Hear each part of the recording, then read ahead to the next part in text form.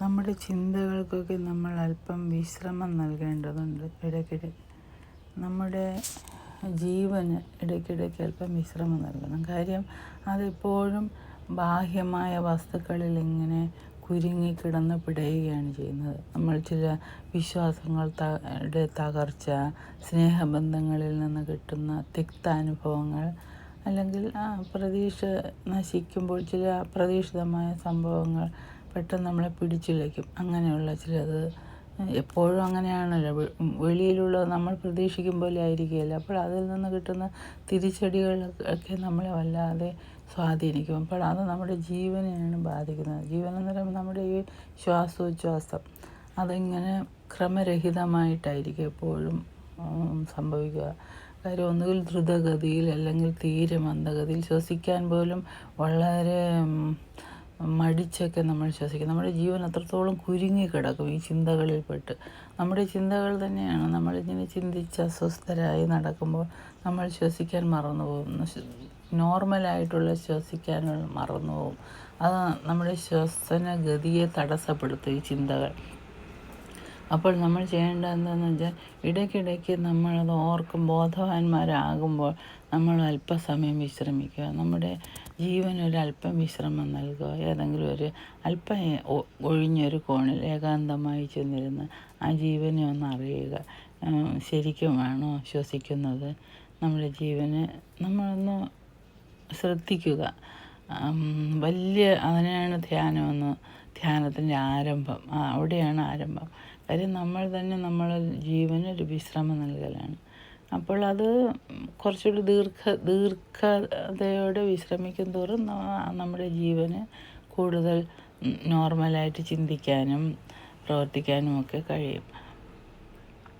അതിന് ശ്രമിക്കുക. അപ്പോൾ നമുക്ക് തന്നെ സമാധാനം നമ്മളെ തേടിയെത്തും. ഈ ബാഹ്യമായ ചിന്തകളിൽ നിന്നൊക്കെ അല്പം വിട്ടു നിൽക്കാനും പറ്റും. അവിടെ വെച്ച് നമുക്ക് ഇങ്ങനെ ചിന്തിക്കാം. കാര്യം ഈ ലോകത്തിൻ്റെ നശ്വരതയെപ്പറ്റി ബോധവാന്മാരാകാം. കാര്യം ഈ ലോകം ശാശ്വതമല്ലല്ലോ. ലോകമെന്ന് വെച്ചാൽ നമ്മുടെ ജീവിതത്തിൻ്റെ നശ്വരതയെപ്പറ്റി ഓർക്കാം. നമുക്ക് ഒരു 50 വർഷമൊക്കെ കഴിയുമ്പോൾ നമ്മളെ ആരും സ്മരിക്കുക പോലുമില്ല. ഒരു 100 വർഷം കഴിയുമ്പോൾ പാടെ വിസ്മരിക്കും. അത്രയേ ഉള്ളൂ ഈ ജീവിതം. അപ്പം നമ്മൾ കടന്നുപോയ ഈ പ്രതിസന്ധികളും നമ്മുടെ ചിന്തകളും ഒന്നുമല്ല ഈ അന്തരീക്ഷത്തിൽ അലിഞ്ഞങ്ങില്ലാതാവുകയാണ് ചെയ്യുന്നത്. അങ്ങനെ അപ്പം നമ്മളെ സ്ഥിരമായിട്ടില്ല എങ്കിൽ നമ്മുടെ ചിന്തകൾക്കൊക്കെ എത്ര സ്ഥാനമുണ്ട്. നമ്മുടെ അനുഭവങ്ങളൊക്കെ എന്ത് ക്ഷണികമാണ്. അപ്പോൾ അതിലിങ്ങനെ നമ്മൾ മുറുകെ പിടിക്കേണ്ട കാര്യമില്ല. എല്ലാം ഇങ്ങനെ മാറിക്കൊണ്ടിരിക്കുകയാണ്. അപ്പം ഈ ലോകത്തിൻ്റെ ഉൽപ്പത്തിയെപ്പറ്റി, ആരാണ് സൃഷ്ടി, അങ്ങനെയൊക്കെയുള്ള ചിന്തകളിലോട്ട് നമ്മൾ പോകും. നമ്മൾ ഇവിടെ നമ്മളല്ലല്ലോ, നമുക്കറിയാവുന്നുള്ള ആരുമല്ല ഈ ലോകം ഉണ്ടാക്കിയത്. അപ്പോൾ എന്തോ ഒരു അദൃശ്യ ശക്തിയാൽ ഈ ലോകമുണ്ടായി. നമ്മളൊക്കെ ഒരു ചെറിയ ജന്മമെടുത്ത് മറയുന്നു. അതിന് നമ്മുടെ ജീവനും നമ്മുടെ ചിന്തകൾക്കൊന്നും അത്ര പ്രാധാന്യം, നമ്മുടെ അനുഭവങ്ങൾക്കൊന്നും അത്രത്തോളം പ്രാധാന്യമൊന്നും കൊടുക്കേണ്ട കാര്യമില്ല എന്ന് മനസ്സിലാവും. നമ്മൾ റിലാക്സായിട്ടുള്ള ജീവിതം സമാധാനമായിട്ട് ജീവിക്കാൻ ശ്രമിച്ച് കടന്നു പോകാം. മറ്റ് ജീവികളൊക്കെ ജീവിക്കും പോലെ അപ്പോൾ കിട്ടുന്നതിൽ സന്തോഷിക്കുകയും ദുഃഖമൊക്കെ വന്നാലും അതും കടന്നു പോകുമെന്നൊക്കെ ഉള്ള ഒരു വിചാരത്തോടെയും ആത്മസംയമനത്തോടെ ജീവിക്കാൻ പറ്റും അങ്ങനെയൊക്കെ ചെയ്യുമ്പോൾ. അല്ലെങ്കിൽ നമ്മളിങ്ങനെ എപ്പോഴും അസ്വസ്ഥമായിക്കൊണ്ടിരിക്കും നമ്മുടെ മനസ്സ്. നമുക്കൊന്നും തെളിവായിട്ട് ചിന്തിക്കാനും പറ്റുകയില്ല. അങ്ങനെ ഒരു വല്ലാത്തൊരു നമ്മുടെ ഹൃദയം എപ്പോഴും ഇങ്ങനെ വല്ലാതെ മിടിച്ചുകൊണ്ടിരിക്കും. ശ്വാസഗതിയൊക്കെ മാറി മറിഞ്ഞ് എപ്പോഴും നമുക്ക് അസുഖങ്ങളൊക്കെ വരും. അപ്പോൾ ഇങ്ങനെ അല്പം ഒന്ന് വിട്ടു നിന്ന് ഇങ്ങനെയുള്ള ആ സത്യം എന്ന് പറഞ്ഞാൽ ഇത് ജീവിതം ക്ഷണികമാണെന്നുള്ളതാണ് ഒരു സത്യം. ഈ ശ്വാസോച്ഛ്വാസമൊക്കെ ഏത് നിമിഷവും നിൽക്കും.